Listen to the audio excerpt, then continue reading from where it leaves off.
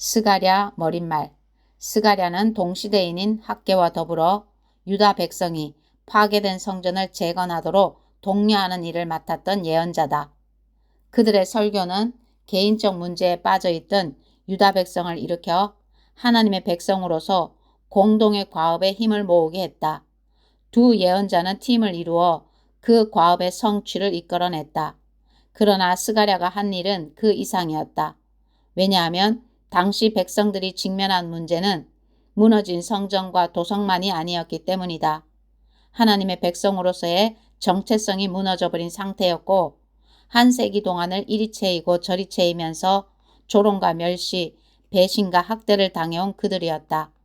한때는 자긍심 높던 백성으로서 아브라함, 모세, 사무엘, 다윗, 이사야 등 기라성 같은 위인들과 영광스런 역사를 자랑했지만 오랜 굴욕의 세월을 보내면서 과거의 유산을 모두 잃고 하나님의 백성이라는 존엄한 정체성마저 잃어버릴 위험에 처해 있었다.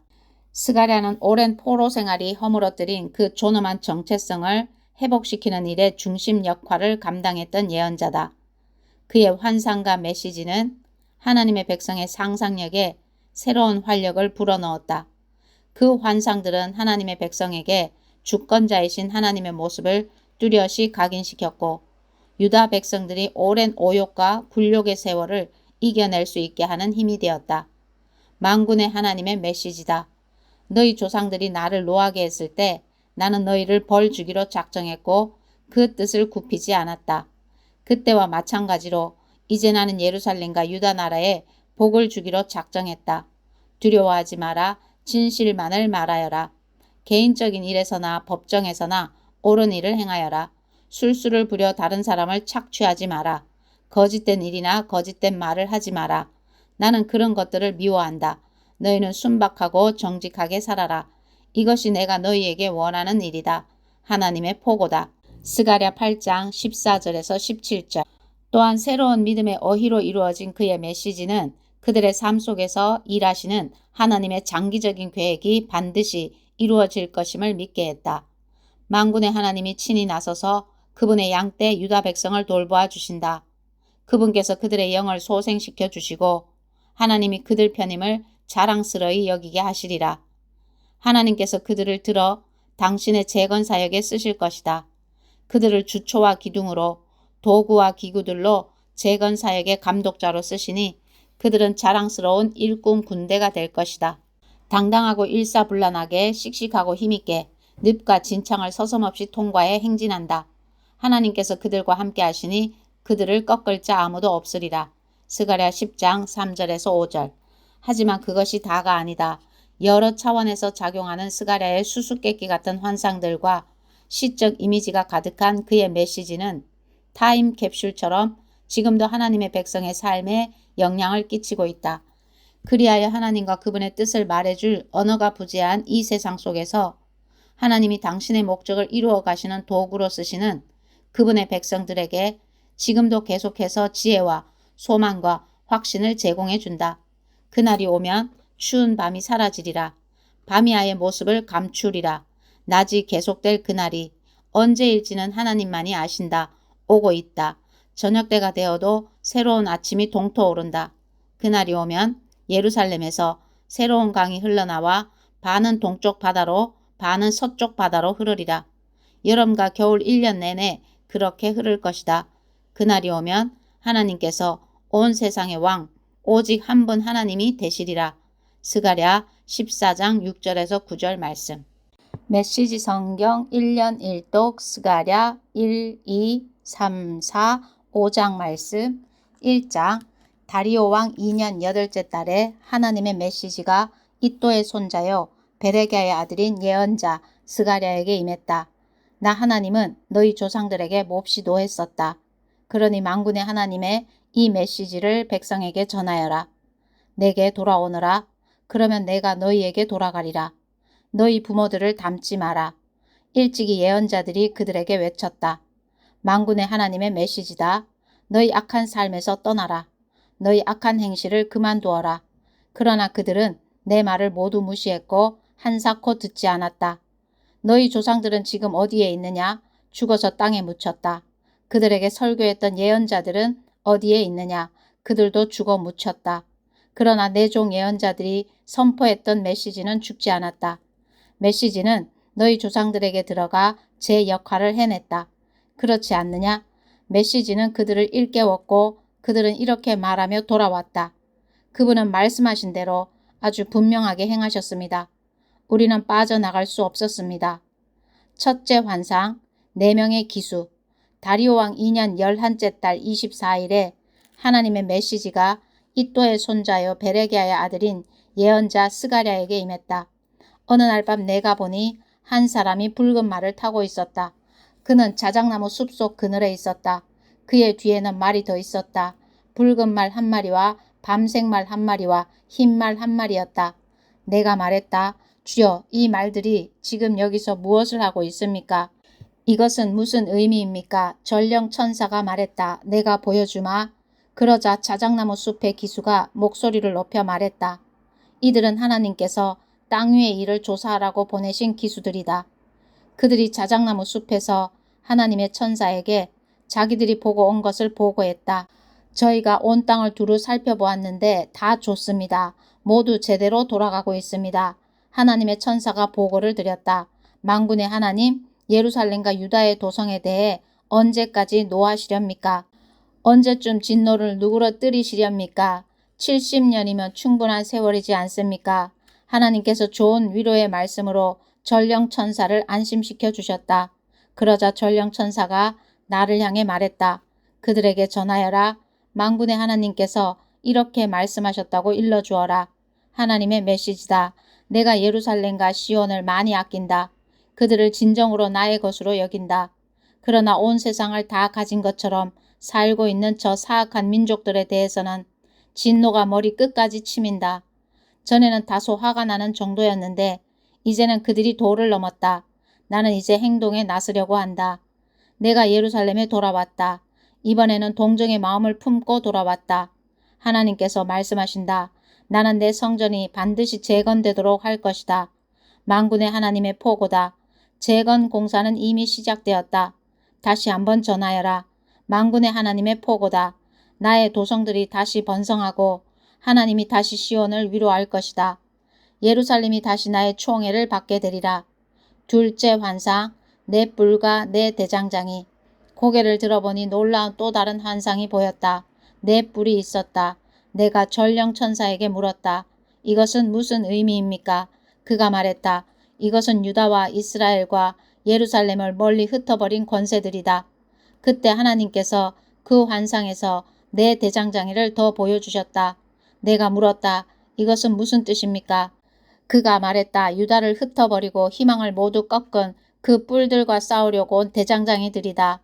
그들이 유다를 사방으로 흩어버린 사악한 민족들의 뿔을 꺾어버릴 것이다. 2장 셋째 환상 줄자를 가진 사람. 나는 고개를 들어보고 놀랐다. 어떤 사람이 손에 줄자를 들고 서 있었다. 내가 말했다. 무엇을 하려는 것입니까? 그가 말했다. 나는 지금 예루살렘에 너비와 길이를 측량하러 가는 중이다. 밖으로 나가던 전령천사는 바로 그때 안으로 들어오는 다른 천사를 만나 말했다. 뛰어가라. 가서 측량사에게 말하여라. 예루살렘 성벽이 터질 것이다. 사람과 짐승들로 꽉 차 벽이 터져버릴 것이다. 그러나 내가 예루살렘과 함께 할 것이다. 하나님의 포고다. 성벽 없는 예루살렘에게 불성벽이 되어주고 그 안에서 빛이 되어주리라.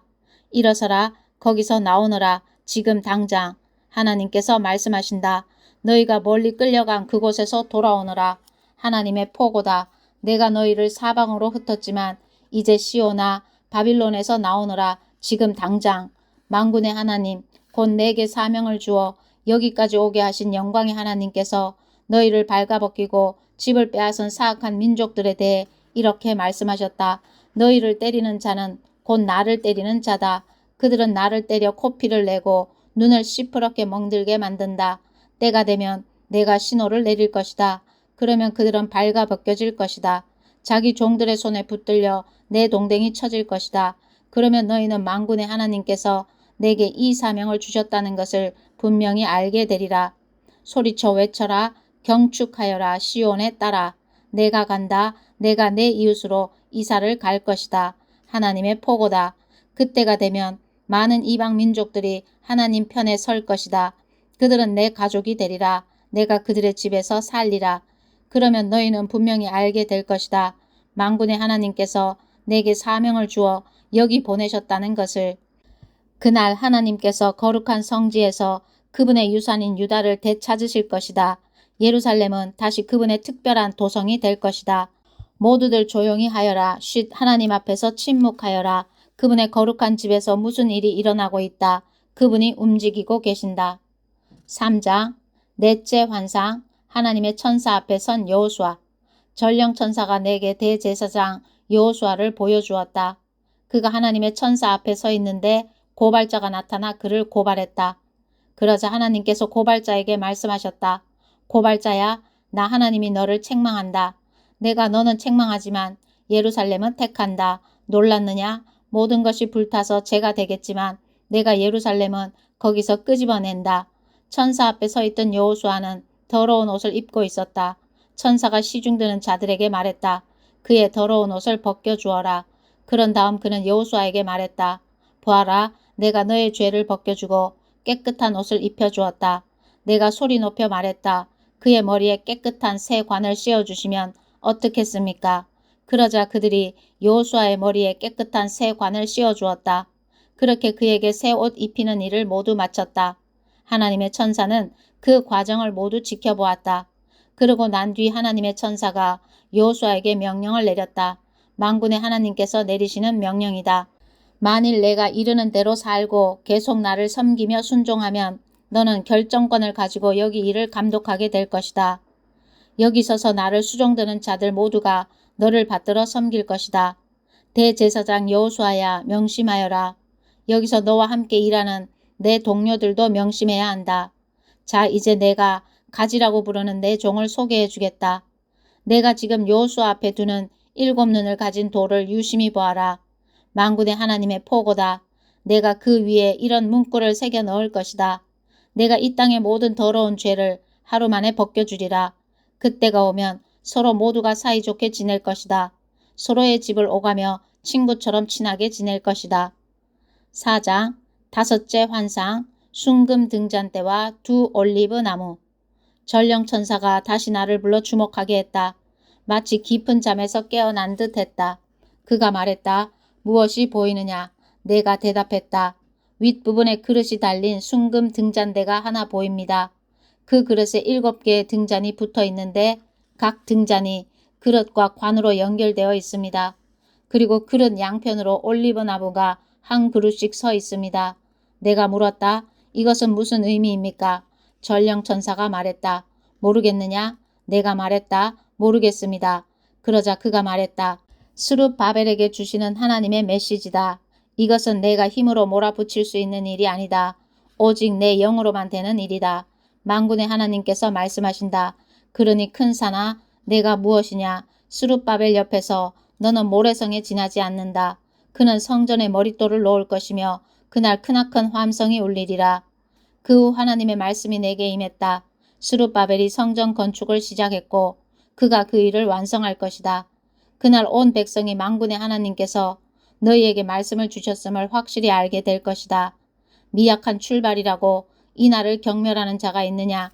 스룹바벨이 마지막 돌을 놓는 날에 감히 그를 비웃는 자 없을 것이다. 전령 천사가 앞에 환상을 다시 보이며 말했다. 7 등잔은 탐조등처럼 세상의 어두운 구석구석을 탐색하는 하나님의 눈이다. 그러면 등잔대 양쪽에 두 올리브 나무는 무엇입니까? 내가 물었다. 그것은 무엇을 의미합니까? 또 등잔에 기름을 흘려보내는 올리브 나무의 두 가지는 무엇을 의미합니까? 전령 천사가 말했다. 깨닫지 못하겠느냐? 내가 말했다. 모르겠습니다. 그가 말했다. 그것은 온 땅의 주인이신 분 옆에 서서 온 세상에 금 등잔 기름을 공급해주는 두 사람이다. 5장 여섯째 환상. 날아가는 책. 다시 고개를 들어보니 놀랍게도 날개를 단 책이 보였다. 날아가는 책이었다. 전령 천사가 내게 말했다. 지금은 무엇이 보이느냐? 내가 말했다. 날아가는 거대한 책 한 권이 보입니다. 길이가 9m, 너비가 4.5m나 됩니다. 그가 내게 말했다. 이 책은 온 세상 모든 도둑과 거짓말쟁이들에게 내려지는 판결이다. 책의 처음 절반은 도둑에 관한 내용이고 나머지 절반은 거짓말쟁이에 관한 내용이다. 내가 이것을 보냈다. 만군의 하나님의 포고다. 이 판결이 모두 도둑과 거짓말쟁이의 집에 빠짐없이 날아들 것이다. 집 하나하나에 내려앉아 기둥과 돌을 허물어뜨릴 것이다. 일곱째 환상, 양동이 속의 여인. 전령천사가 나타나서 말했다. 위를 보아라. 무엇이 보이는지 말해보아라. 내가 말했다. 대체 저것이 무엇입니까? 그가 말했다. 모든 곳 모든 자의 죄를 담고 어디론가 가는 양동이다. 그때 나무로 만들어진 양동이 뚜껑이 열리고 한 여자가 그 속에 앉아있는 모습이 보였다. 그가 말했다. 이 여자는 악독이다. 밖으로 나오려는 그녀를 그가 다시 양동이 속으로 밀어넣고는 납뚜껑을 단단히 고정시켰다. 그 다음 내가 위를 보니 놀랍게도 여자 둘이 날아가는 광경이 보였다. 날개를 활짝 펼친 그들이 큰 양동이를 공중으로 들고 올라갔다. 내가 전령천사에게 말했다. 저들이 저 큰 양동이를 어디로 가져가는 겁니까? 그가 말했다. 동쪽 시날 땅으로 가는 중이다. 거기서 그들은 창고를 하나 지어 거기에 양동이를 보관할 것이다. 아멘.